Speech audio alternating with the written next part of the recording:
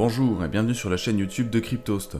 Aujourd'hui, nous vous présentons un petit récapitulatif sur tout ce qui concerne Libra, la crypto-monnaie de Facebook dont l'objectif est d'occuper la place de Tether et des autres monnaies stables connues actuellement. Et si vous ne savez pas ce que sont les monnaies stables, je vous conseille d'aller regarder notre vidéo de la semaine dernière qui vous permettra de tout savoir à leur sujet. Un lien vers celle-ci se trouve actuellement en haut à droite de la vidéo.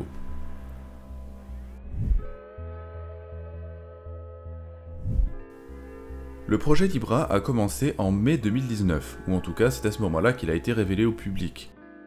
La différence majeure entre le Libra et les autres stablecoins, c'est que Facebook dispose d'ores et déjà de milliards de clients, contrairement aux sociétés ayant mis en place les stablecoins que nous connaissons. Et avec une plateforme sur laquelle cette monnaie nouvelle serait en pratique la seule utilisable, Libra pourrait très rapidement devenir la monnaie électronique mondiale numéro 1. Pour parvenir à cet objectif, Facebook comptait faire appel à un consortium de sociétés titanesques comme Visa et Mastercard parmi d'autres.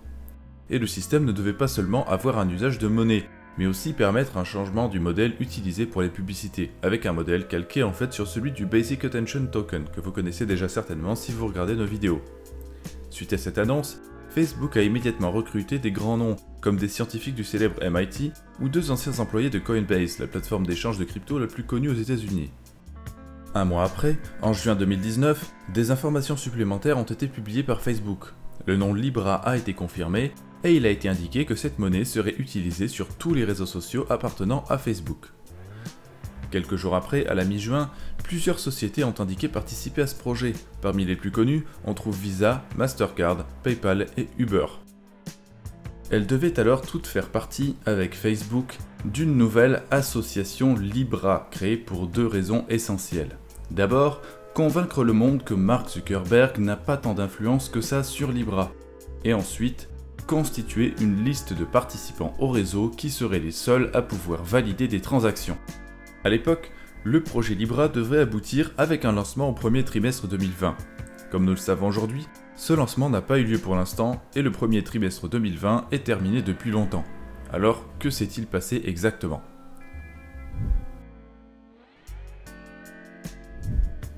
Immédiatement après la publication de l'annonce de la création de Libra, de nombreuses personnalités ont répondu défavorablement, et parmi elles, un grand nombre de politiques. Le premier à avoir fait connaître son avis en France a été Bruno Le Maire, ministre de l'économie et des finances. Déjà connu pour une grosse boulette sur le sujet de la crypto, c'est par exemple qui vont mettre leurs économies sur le Bitcoin et qui ont investi avec un niveau du Bitcoin à 20 000 $ et qui aujourd'hui ne pèse plus que 6 500 $, ça voudrait dire qu'ils ont perdu 3 fois leur mise. Notre ministre de l'économie et des finances a cette fois-ci été tout à fait juste dans son appréciation de Libra. Il a immédiatement suspecté que cette monnaie pourrait devenir une sorte de rivale des monnaies souveraines comme l'euro, et a donc demandé à Facebook publiquement de garantir que ce ne soit pas le cas. Il a aussi demandé à ce que Libra ne puisse pas être utilisé pour financer le terrorisme, ce à quoi le livre blanc publié par Facebook répondait déjà plus ou moins. Une procédure de KYC aurait été obligatoire pour tous les utilisateurs selon Facebook.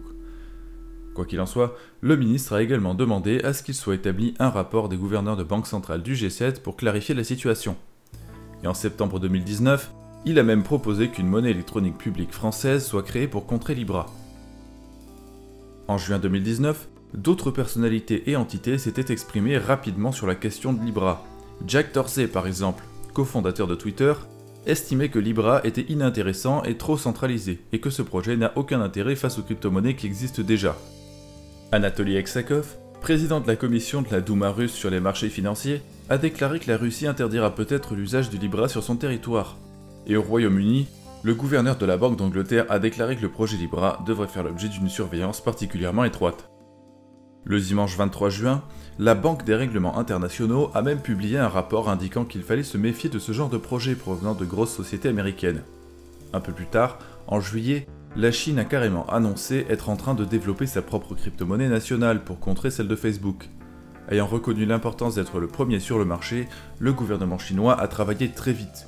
Et la Turquie s'est également lancée dans un projet similaire dès la mi-juillet 2019. Dans le même temps, Donald Trump s'est lancé dans une tirade Twitter à l'encontre de toutes les crypto-monnaies, y compris Libra, ce qui n'a pas amélioré la situation pour Facebook. Mais ce n'était pas vraiment tout ça qui avait mis un frein aux idées de Facebook. Le plus important, c'est la lettre ouverte à l'attention de Facebook qui a été envoyée par des législateurs américains et qui demande à ce que le projet Libra soit mis en pause. Publiée dès le début juillet 2019, Cette lettre révélait notamment des craintes que la Libra entre en concurrence avec le dollar, mais aussi qu'elle mette en danger la vie privée des utilisateurs et la sécurité nationale des États-Unis. À partir de là, Facebook et les pro-Libra ont été forcés de se mettre sur la défensive, comme nous allons le voir, sans grand succès.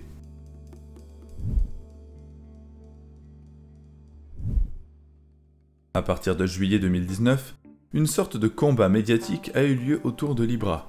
Constamment, certaines personnalités affirmaient leur soutien pour ce projet et d'autres indiquaient y être opposés.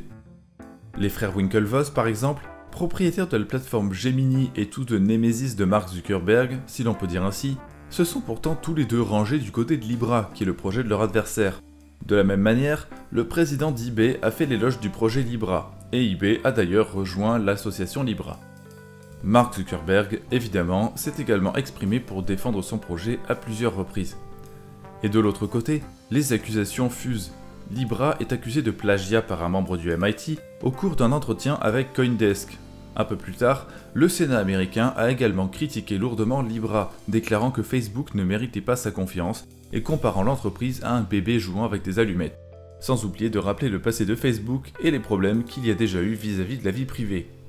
Suite à ces questions incessantes, Mark Zuckerberg a déclaré fin septembre avoir réfléchi à retarder un peu la sortie de Libra pour prendre le temps de convaincre les législateurs. Dans ce contexte difficile, voyant les critiques s'accumuler et le projet stagner, certains membres présents depuis le début ont décidé de quitter l'association Libra. En octobre, c'est l'hécatombe. PayPal, Visa, Mastercard et Stripe indiquent qu'ils pourraient se retirer du projet. Quelques jours après, c'est chose faite pour PayPal qui était l'un des membres les plus importants de l'association. Et peu de temps après, Visa et Mastercard se sont effectivement retirés du projet aussi, en compagnie de Stripe et Booking Holdings, propriétaires notamment du fameux Booking.com et de Kayak.com. D'après leurs déclarations, il était clair que cette décision résultait surtout des doutes émis par les législateurs. Mais l'association a tout de même perdu presque l'intégralité de ses membres les plus importants, ce qui a considérablement ralenti sa progression. Certains ont même parié à ce moment que la Libra ne verrait pas le jour de sitôt, comme Brad Garlinghouse de Ripple Labs, qui a parié que Libra ne verrait pas le jour avant 2022. Au cours de ce mois d'octobre 2019, il y a même eu un sondage indiquant que 73% des Allemands ne voulaient pas de Libra chez eux. Coup dur pour Mark Zuckerberg, qui a pu constater en quelques semaines que le peuple déteste son projet, en Allemagne en tout cas, et que ses plus gros partenaires ont pris la poudre d'escampette.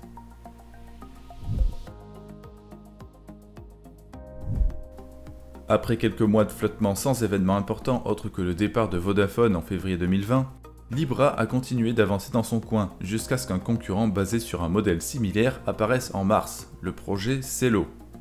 Plus ouvert, plus ressemblant aux cryptos existantes et comprenant des membres plus expérimentés avec la crypto comme les sociétés Coinbase Ventures ou Ledger, ce projet a visiblement convaincu Mark Zuckerberg de donner un coup de fouet au projet Libra qui s'est soudainement mis à bouger aussi. C'est ainsi que Libra a complètement changé de cap en proposant à partir de ce moment un écosystème complet avec plusieurs stablecoins, toutes censées représenter des monnaies fiduciaires différentes par exemple. De nombreux changements ont été effectués pour convaincre les régulateurs et à partir de là, plusieurs nouveaux membres de l'association Libra sont arrivés comme Shopify.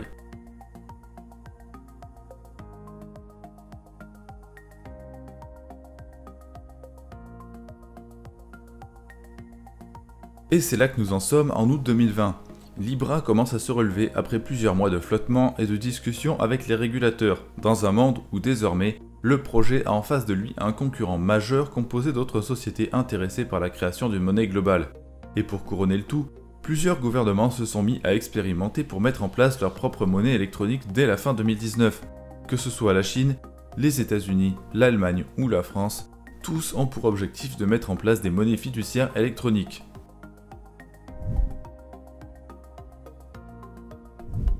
Comme nous avons pu le voir dans les sections précédentes, l'avenir de Libra est particulièrement incertain. Mais ça ne veut pas dire que Libra va forcément disparaître, donc il peut être utile de savoir un peu comment ça fonctionne.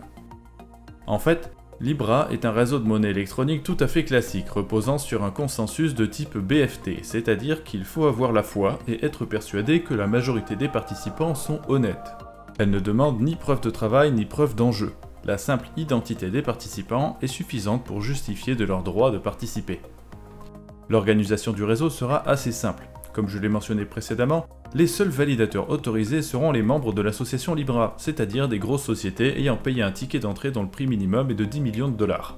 Autrement dit, il s'agira d'un réseau contrôlé uniquement par des grosses sociétés qui, même si elles sont théoriquement soumises aux lois des gouvernements de ce monde, n'ont pas particulièrement intérêt à faire plaisir aux consommateurs. Et comme le Sénat américain l'a rappelé, elles ne méritent pas notre confiance.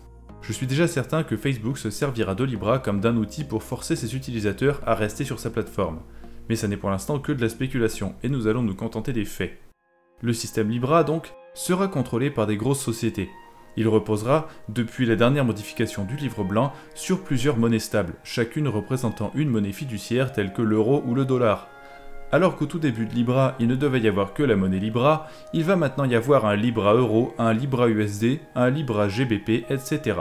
Avec une monnaie Libra tout court qui chapeaute l'ensemble et dont la valeur dépendra des valeurs des autres monnaies Libra. Pour garantir la valeur de toutes ces monnaies, l'association Libra devra obligatoirement détenir dans un coffre appelé réserve des monnaies fiduciaires réelles ainsi que des actifs divers à forte liquidité et risque minimal. Depuis la dernière modification du livre blanc, tout cela est gravé dans le marbre, pour ainsi dire, puisque le système est désormais conçu pour rester centralisé, alors qu'à l'origine, il était prévu qu'une transition vers un système public ait lieu un jour. Autrement dit, il y aurait dû avoir, à terme, d'autres participants au réseau que les plus grosses sociétés du monde, mais cette possibilité a désormais disparu, et les gens comme vous et moi sont condamnés à rester de simples utilisateurs. Votre identité sera vérifiée et enregistrée quelque part dans une base de données avant de pouvoir utiliser le système, afin de s'assurer que tout ce que vous faites avec Libra soit surveillé par les sociétés de l'association ainsi que les gouvernements. Mais voyons les choses du bon côté, vous pourrez peut-être acheter des choses sur eBay ou payer votre Uber avec de la monnaie Libra sur l'application Facebook. Maintenant, est-ce que ces choses-là justifient vraiment de faire confiance à Mark Zuckerberg? C'est à vous de le dire.